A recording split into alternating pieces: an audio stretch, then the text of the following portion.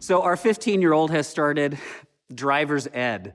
And I've noticed that a lot has changed. Like, for instance, she's doing everything online, which of course was not an option when I took driver's ed. I took driver's ed in a dank Sears basement. I'm also not sure that they're going to show her a little film called Red Asphalt. Anybody out there remember that? Did you see it? If you did, make sure you leave a comment below. Red Asphalt put slasher movies to shame. This thing was actual footage of wrecks before paramedics got there.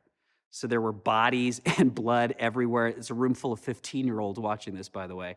And the takeaway from Red Asphalt was, don't drink and drive. And when we were sitting in that little room in the Sears basement, we were convinced that none of us would ever drink a drop of alcohol and drive if this is what was going to happen. And yet, soon after that, that's exactly what most of us did. In fact, I had a friend who nearly died wrapping his Bronco around a power pole. Years later, I saw the Werner Herzog film From One Second to the Next. Maybe you've seen that. And it documented the devastation brought on to people's lives when someone was texting and driving. And when I saw that film, I thought, well, I'm never going to do that again. And yet, I still sometimes pick up my phone several times a week. I'm not proud to admit. And I even click that little button lying to my phone that says I'm not driving, just because I feel like I have to text this, or I have to make sure I dial in the coordinates of where I'm going on the phone. The question I have for us today is, how could we be so sure something was going to cause devastation and yet not consistently act on what we believe, act on that information? Let me cut to the heart of what I want to talk about today. You might be doing something today that a year or two ago, or maybe way back in high school, years ago, you would have never, ever wanted to do, and yet it's a part of your life.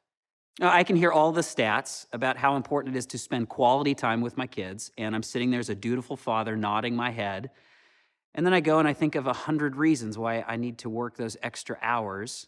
I'll even say it's for the sake of my kids, right? You know, I can teach here about the power of prayer. And if you're somebody who's not sure about God, you're certainly skeptical about that, of course. But if you're a person of faith and you're going to be thinking, yeah, that's powerful. That's a powerful message. I really needed that. I need to be reminded of that. And then nothing changes in our spiritual habits. I remember this one time after a message I preached about loving your neighbor, your least likely to be loved neighbor. Somebody asked me after a service why I don't cover more topics. And the way they asked it was, Joseph, why don't you go deeper sometimes? And I'm not proud of this. This was not my finest moment. But I asked, well, what are you going to do with what I just preached? Are you doing that? And to his credit, the guy talking to me said, I'm not doing much about it. Now, what happened to me in driver's ed, and what happens to me after I watch really compelling documentaries, and what happens to all of us when we hear good information and yet don't apply it, is the same thing that is happening to us all the time. We may think that we have convictions, but we live our lives driven by something that for us right now is more powerful than convictions. And we don't want to admit it, but our lives are basically run by our preferences. And we could explain what we think is right and wrong, and we got it all right up in our heads and maybe even in our hearts. But guess what? Everybody can do that. Everybody can tell you what they know for a fact is right or wrong, but then we turn around and do something completely different with our lives. You know what you don't see a lot of today? You don't see as much as the world wants of people with character. And the reason that we don't see that is because character is not forged by our preferences. Character is forged by being submissive to our convictions. If you didn't catch the first message in this series, I want you to stop this one right now and go back and watch that first. The link is in the description box below. But during this series of messages, we are exploring the power that people have who decide to live out of the ordinary lives. Because, and here's the whole premise of this whole series, you must be different if you want to make a difference. Now, to learn how to do this, we're examining the life of a man named Daniel, who was a fish out of water. He lived an out of the ordinary life, and he ended up changing the water around him rather than the water changing him. A king named Nebuchadnezzar conquered the Hebrew people in about 605 BC, so this is centuries and centuries ago. But then that king took promising people from the conquered culture and he made them compete for jobs in his kingdom. Daniel and some of his friends were in that group of people. So they were ripped from their home, ripped from what they were comfortable with, and put into this odd place to make something of themselves. They were brought into the royal home, and Daniel and his friends, among others, were stuffed with rich food and wine, and they were given great clothes, and they were educated in Babylonian culture. Now, it's during that grooming process that Daniel is forced to make a decision. The king's food was offered to idols, and in this, to Daniel at least, would have compromised a previously held conviction. But, as you might guess, refusing to eat what was offered to him could have also been life-threatening. And that's where I want to look at this story in greater detail. So in Daniel's memoir, here's what he writes happens. Daniel was determined not to defile himself by eating the food and the wine given to them by the king. Now, not only was this an ethical thing for them, it was also nutritional because of the kind of food that they were going to be forced to consume. So Daniel asked if they could make an exception for him and his friends just for a few days and see what the results would be. So they allowed this concession, and look what happened in verse 15. At the end of 10 days, Daniel and his 3 friends who were eating different than everybody else, they looked healthier and better nourished than the young men who had been eating the food assigned by the king. In other words, listen, their life validated their convictions. Let me say that again. Their life was what validated the quality of their convictions. So I want to ask another question of us. What are those things that you are determined to do regardless of what's going on around you or regardless of your preferences? And I'm not talking about the obvious stuff like, well, I don't want to murder. I think hopefully most of us are going to live by that conviction.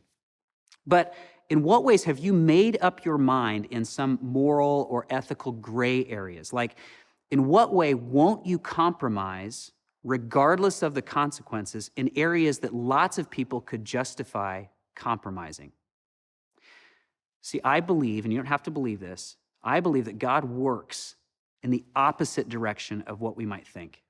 Rather than finding influencers that he can kind of get to endorse his brand or his vision or his way of life, God is actually first looking for faithful people, regardless of their platform or the potential that they have or the degrees that they hold, faithful people who are willing to build their character on convictions. And then, as God wants to, he raises their influence in the world. See the difference there? Daniel and his friends were working with something that, to be honest, very few people choose to work with.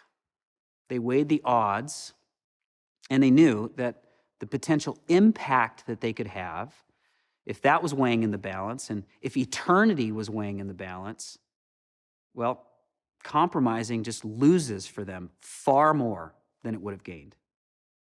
These guys were already behind the velvet rope. Think about the pressure that they would have been feeling. They were already on easy street. If they would have played along, it would have been simpler for them to gain access. They already had a place that most people wouldn't want to screw up. Don't squander this opportunity. But God didn't use that.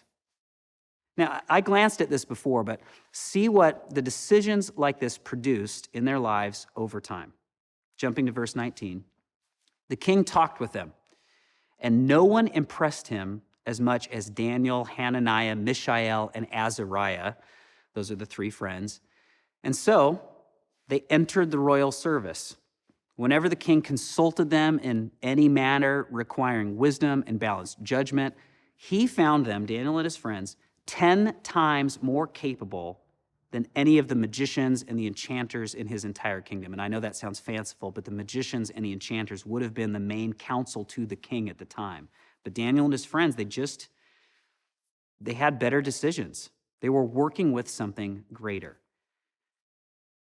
Now listen. You cannot fake that kind of contribution, at least not for long. You can't fake exceptionalism because there is just no shortcut to producing the kind of life. Yeah, you can produce moments and you can produce the appearance of exceptional contribution, but at some point, you just don't have anything left to give. This kind of influence, especially if you're ripped out of your comfort zone and placed into a culture or a climate or a team or relationships that you're not accustomed to, that kind of influence that people want to give you, well, that's only given to a rare life of character. People just know it. They just sense there's something different that you are working with, something different you have built with your life, because you have built it not just on your preferences and not just what was popular, you've built it on convictions. Now we're going to see over the next few messages that God actually changed the climate of an entire culture, an entire world around these guys using their rare, their uncommon character. Now there were plenty of prominent people in Babylon. Maybe you've heard of Nebuchadnezzar, but you've never heard of anybody else. No, you never do, and you never will. We always return throughout history to those inspiring stories of people who stood against the norms of their day, people who risked everything based on what they believed was right, regardless of the pressure of the populace around them. And I get what you're probably thinking right now. You're like, Joseph, this is a really nice Bible story, but I have to function. And if you knew my work, or if you knew my family, or if you knew my group of friends, the people that I run, if you knew my girlfriend, you would understand why I choose to compromise all the time, why I choose preferences over convictions all the time. And frankly, it's not been that bad. You might be thinking like, what have I really lost? Like I'm functioning okay, right? In fact, you might even be thinking you would miss out on a ton if you decide to become some stickler, right? Or a prude or a killjoy. It would just come across as so odd. How do you know that you're missing out on anything if you live by your convictions? And honestly, I don't know. Daniel didn't know the rest of his story. He didn't know if he was going to survive this little test, right? You know, we're about to celebrate Women's History Month in the U.S., and Sophie Scholl, if you don't know her story, look it up. She didn't know the rest of her story. Rosa Parks didn't know the rest of the story. Tarana Burke didn't know. Malala Yousafzai did not know the rest of the story. All they had in front of them, listen, was a decision. Conviction or preference, and no idea what life was going to do with that. I would say no idea what God was going to do with that. Friends, we have no idea either.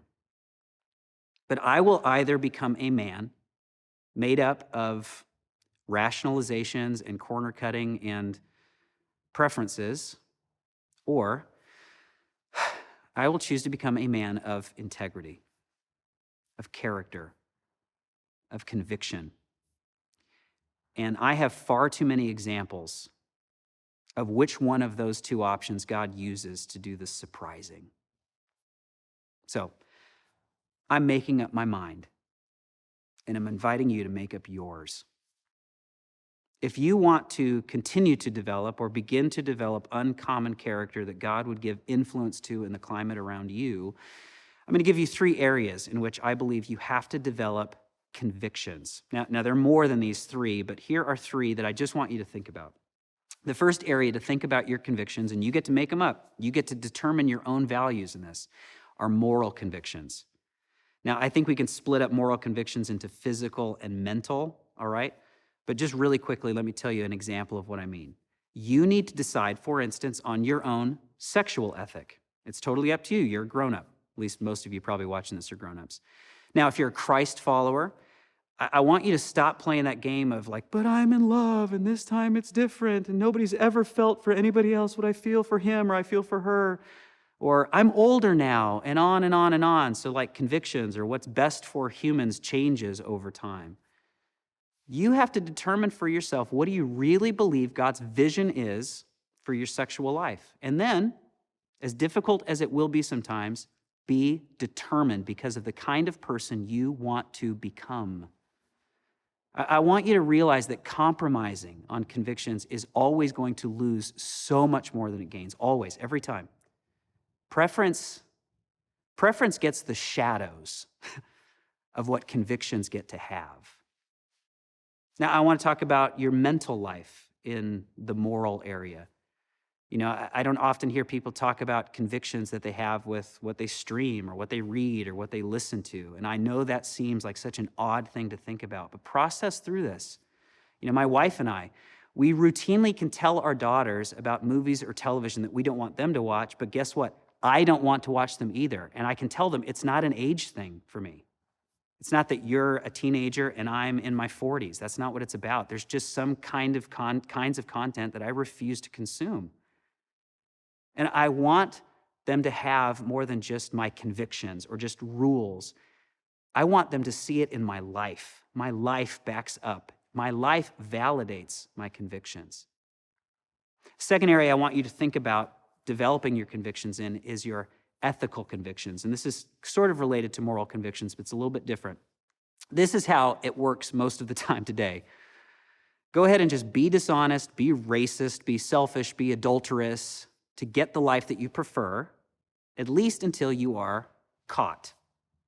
And then, publish some perfectly articulated apology about what everybody already knows, but keep hiding the stuff that they don't, just so that you can maintain a certain level of prominence or influence in somebody's life.